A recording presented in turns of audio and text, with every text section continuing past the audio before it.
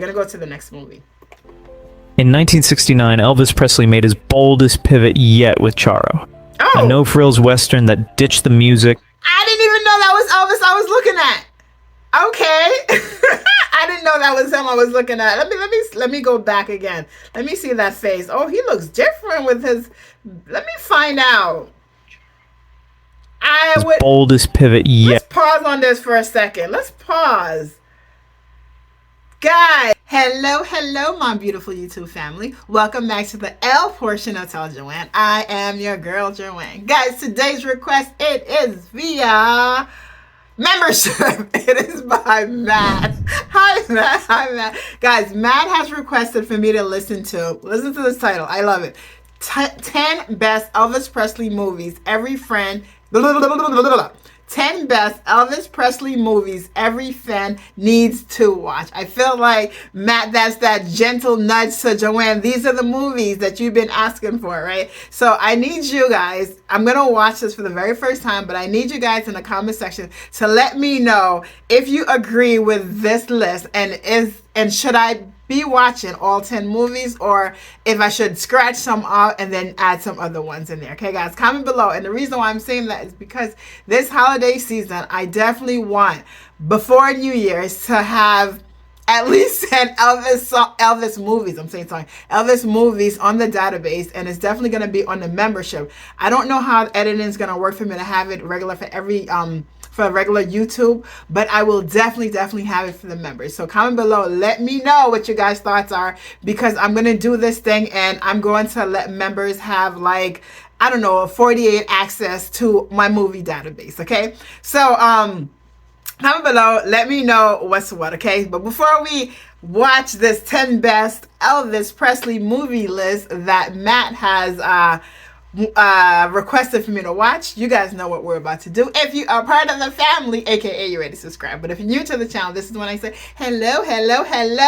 Now put me on pause and get yourself a beverage of choice. Hit that subscribe button so that you can become part of this amazing community, and on a count of 3 we'll do our cheer. You guys ready? 1, 2, 3.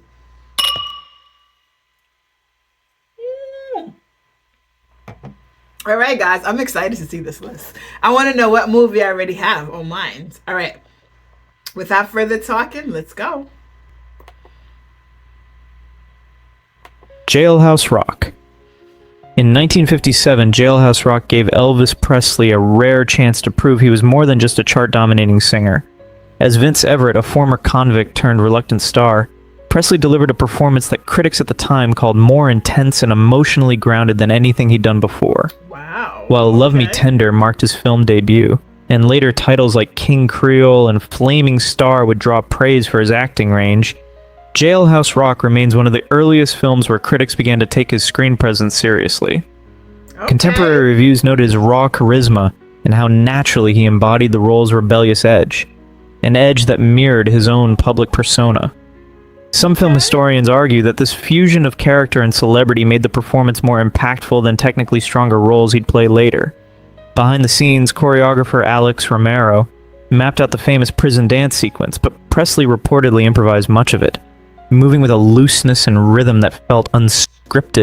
Okay, guys, so you guys already know that I saw the music video. I absolutely loved the video. I didn't realize that that video was part of a movie. I don't know. Maybe you guys told me that, but I don't remembering that fact. Okay. So Electric. Rumors even suggest that Presley's spontaneity during filming surprised the crew so much, they decided to keep rolling without interruption. That scene alone became so iconic, the film was later added to the National Film Registry for its cultural significance. Wow. While debate continues over whether Jailhouse Rock, King Creole, or Flaming Star represents Presley's peak as an actor, this film undeniably captured a moment where music, rebellion, and cinema collided, and Elvis stood right at the center of it. Wild in the Country. Okay, hold on. In 1961, Elvis Presley took... Before we move to Wild in the Country, comment below, guys. Let me know if you agree. Like I said, all of those things, I did not remember. I'm going to say, I don't want to say I don't edit. No, I don't remember that Jailhouse Rock, that whole scene came from a different movies, different came from a movie. So comment below if you guys are like, yes, keep it on the list. Definitely watch the whole movie, okay? All right, let's go to the next one. All right, let me go back just a little bit. We're going to go back to the next one. Elvis stood right at the center of it. Wild in the Country. In 1961, Elvis Presley took an unexpected detour from his usual screen persona in Wild in the Country. Cast as Glenn Tyler, a young man grappling with emotional trauma and a hidden literary gift, Presley stepped into a role that demanded more than charm or charisma. Adapted from J.R. Salamanca's novel, The Lost Country, the film dove into themes Presley rarely explored: mental health, family dysfunction, and personal redemption. Critics were taken aback. While Variety didn't offer a glowing review, it You know, it says mental health and my ears is perked up. Like, who is suffering from mental health over here? So, guys, already comment below and let me know, A, have you seen this film? B, if you recommend this film and other people have recommended, or should I just get it off my list altogether? acknowledged his performance as a notable shift, calling it more restrained and sincere than his previous efforts. The screenplay's dramatic tone was initially shaped by famed playwright Clifford Odets, but he passed away before completing the script. Director Philip Dunn stepped in to finish it, though some believe Odet's fingerprints remain in the film's psychological undercurrents. That creative tug-of-war may explain the film's unusual emotional depth. Co-star Hope Lang later reflected on Presley's serious approach to the role, describing him as deeply committed during the film's most intense moments. The film's limited number of songs, just 4, left some fans bewildered. Audiences expecting the usual musical spectacle were met with a moody, introspective drama. Its box office performance was modest, and some speculated that the darker tone and lack of musical numbers alienated Presley's core fanbase. Wow. Still, the gamble earned him rare praise from major outlets. The New York Times noted that Presley offered a glimpse of the serious actor he might have become under different circumstances. Over time, Wild in the Country has gained a quiet cult following. Film historians often cite it as one of the few projects where Presley was allowed to act rather than simply perform. Some even speculate that had the film been a commercial hit, it might have redirected the arc of his acting career entirely. Wow. Flaming Star. Okay, wait. Flaming Star, you're going too fast. Okay, so guys, comment below. That is interesting. Let me know if you guys seen this film and if you agree with what this commentator has said about the film, if you've seen it. And most importantly, if I should have it on my list as one of the films, okay? It's 10 films, guys. Comment below. Let me know if you guys, want to rate this. Go ahead and comment the rate of how I should watch the movies. Feel free to do so as well. All right, let's go. Let me start this one over. Let's go. Flaming Star. In 1960's Flaming Star, Elvis Presley veered away from his glittering jukebox persona to explore far more conflicted territory. As Pacer Burton, the son of a white settler and a Kiowa woman, Presley stepped into a character split between worlds, culturally, emotionally, and morally. Directed by Don Siegel, known for his unvarnished approach to storytelling, the film abandoned the polished musical interludes that had defined Presley's earlier roles. Instead, it dove into the tensions between indigenous identity and American expansionism, making it one of the rare mainstream films of the era to directly engage with racial duality and frontier assimilation. Critics, caught off guard, responded with cautious respect. Variety praised the unexpected subtlety in Presley's performance, noting his subdued delivery and refusal to lean on star charisma. Biographers and film historians have long credited Don Siegel with that transformation. On set, Siegel reportedly insisted on multiple takes, stripping away Presley's showbiz instincts to reach something more raw. What emerged was a portrait of inner conflict. Pacer as a man carrying the burden of being two things at once, fully belonging to neither. Peter Guralnick, Presley's most authoritative biographer, later described Flaming Star as one of the few moments when the performer's artistic ambition aligned with opportunity. Presley, still in the early years of his film career, allegedly saw this role as a stepping stone toward dramatic legitimacy. Yet despite critical acknowledgement, the film's box office numbers were underwhelming. Studio executives, wary of deviating too far from the proven musical template, quickly steered him back towards safer terrain. Within a year, he was And you know what? And this is what we talk about when they putting you back in the box. I'm listening to this song. I mean, why do I keep saying song? I'm listening to this movie and I'm seeing Elvis's face just in this, I don't know, a little trailer thing that they have.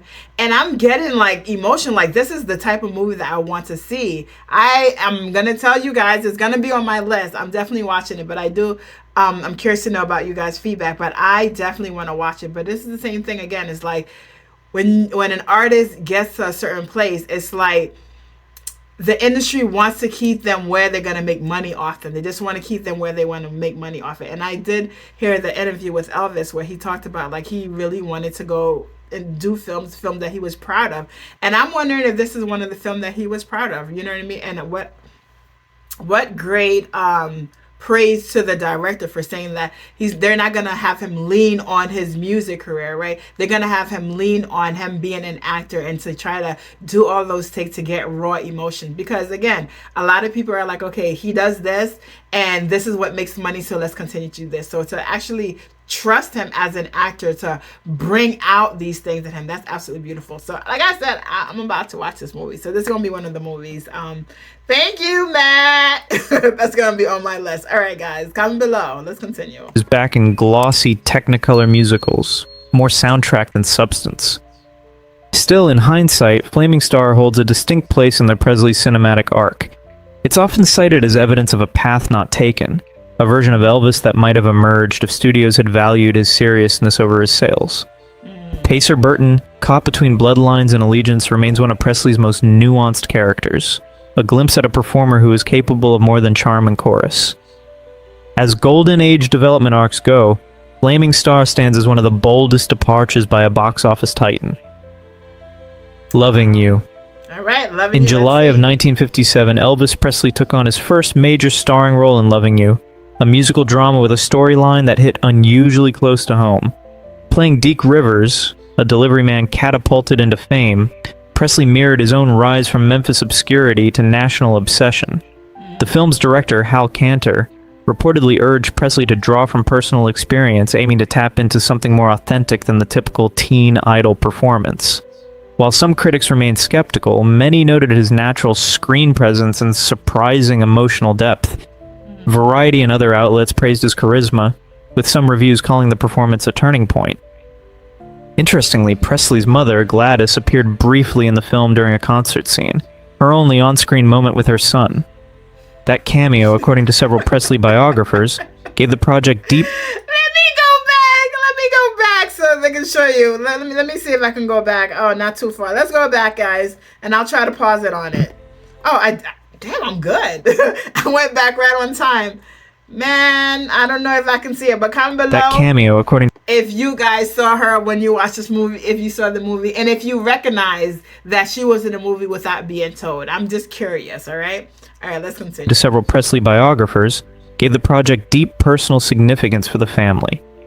The soundtrack's lead single, Let Me Be Your Teddy Bear, topped the Billboard Top 100, back when the Hot 100 didn't yet exist.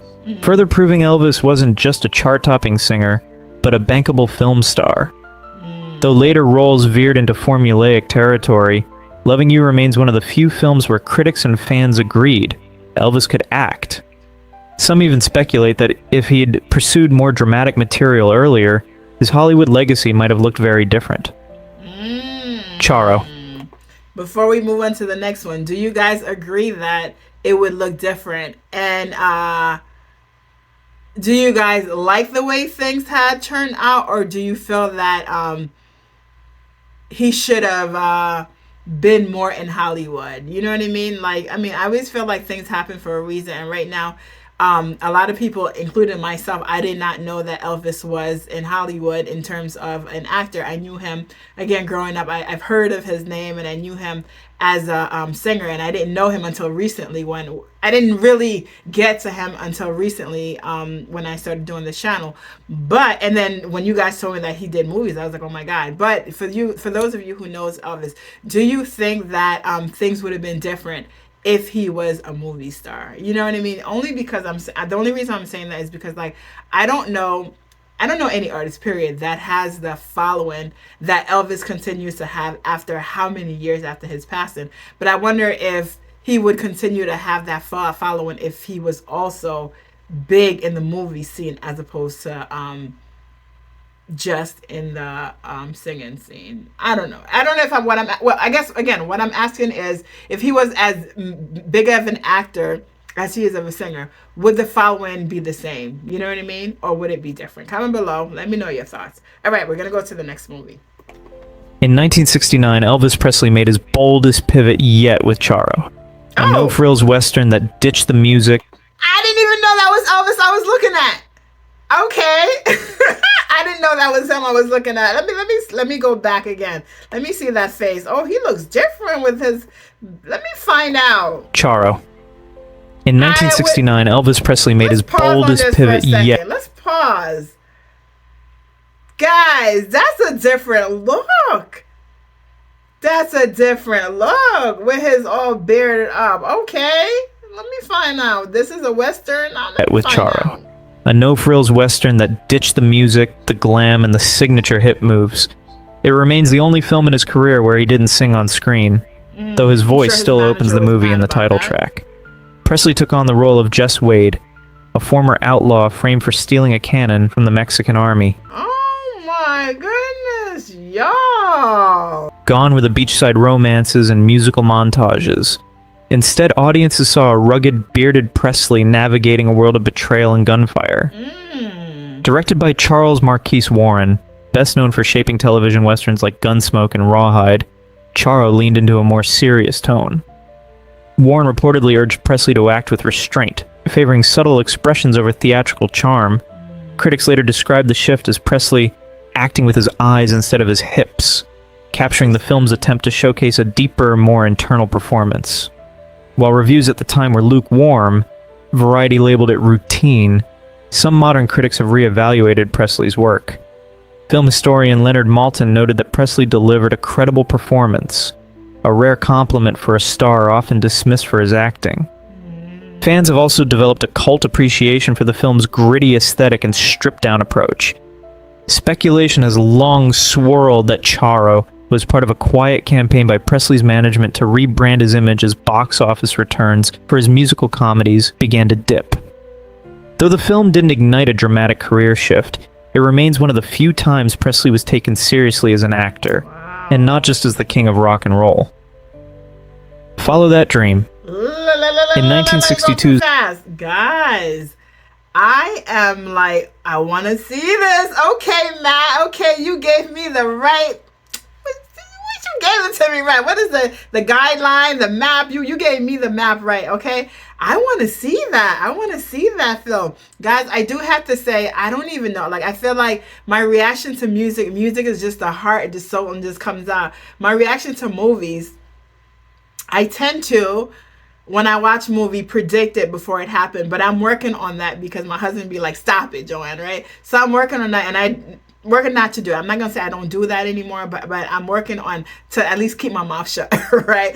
But I think I'm more critical when it comes to movies. I really am, because like I'm such a huge movie person, right? I'm very critical, and it's funny because I used to be like I'm such a huge scary movie person, but because since I had kids, I don't watch scary movie in the house anymore, and now I feel like I became a little punk and all this other things. You might have seen me make comments about that, but I am very excited to see those, and I will give you my real like unfiltered reaction, because again, like this is a whole different thing. Like to see Elvis in movies, like I didn't even know that was him with the beard. So I like the fact that they said that didn't have any singing and they really went on a different route.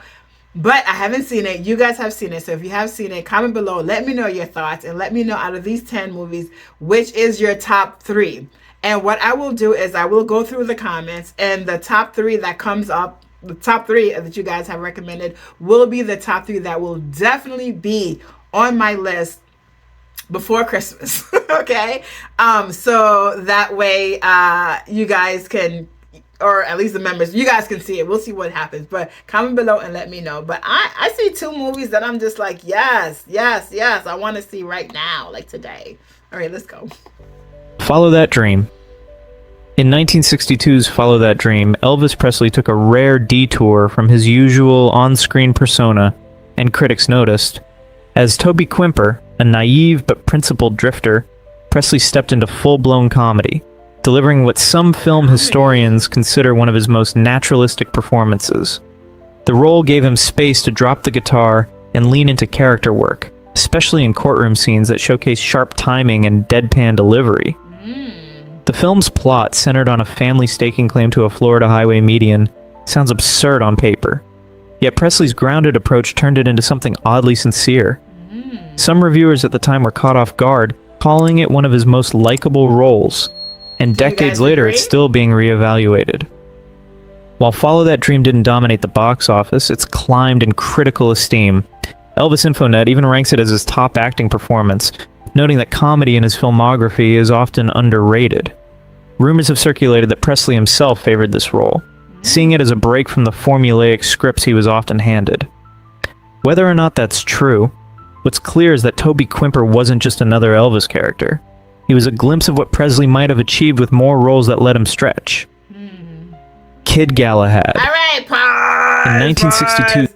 Comment below, guys. Let me know if you agree, if this is, because I know that in the comments you guys have definitely written to me and told me that, you know, Elvis movies are not the best. You guys just came straight up and told me that his movies are not the best. I don't know, for those of you who disagreed with the comments of our fellow brothers and sisters, comment below and let me know. But I definitely heard that his movies are not the best. But you know what? I need to judge for myself. Okay, I need to judge for myself. So comment below. Let me know your top 3, guys.